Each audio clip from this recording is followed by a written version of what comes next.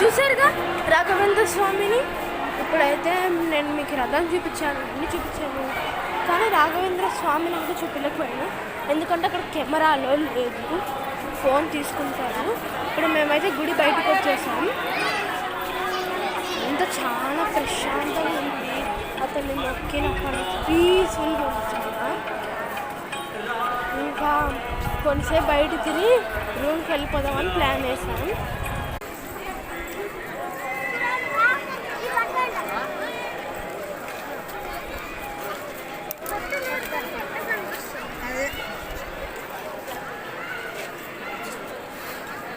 చూడండి ఎలా ఉందో, ఇదంతా చేర్చారనమాట. అది కూడా పూరి జగన్నాథ్ బొమ్మ, పాండురంగ, కొల్హాపూర్ మహాలక్ష్మి,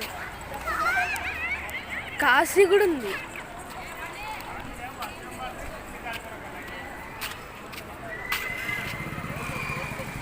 కాశీ, వెంకటేశ్వర స్వామి, తిరుమల వెంకటేశ్వర స్వామి, అదిగో శ్రీశైలం మల్లికార్జున.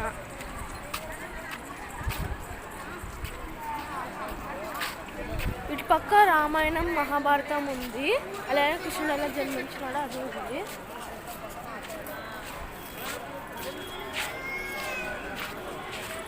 అదిగో ఇది భద్రాచలంది, ఇది అన్నవరం.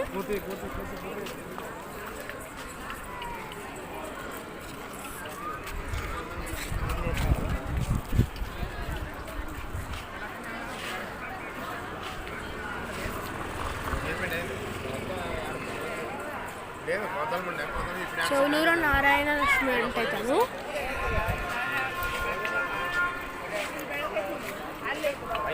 చాలా ఇలా చాలా కట్టారు.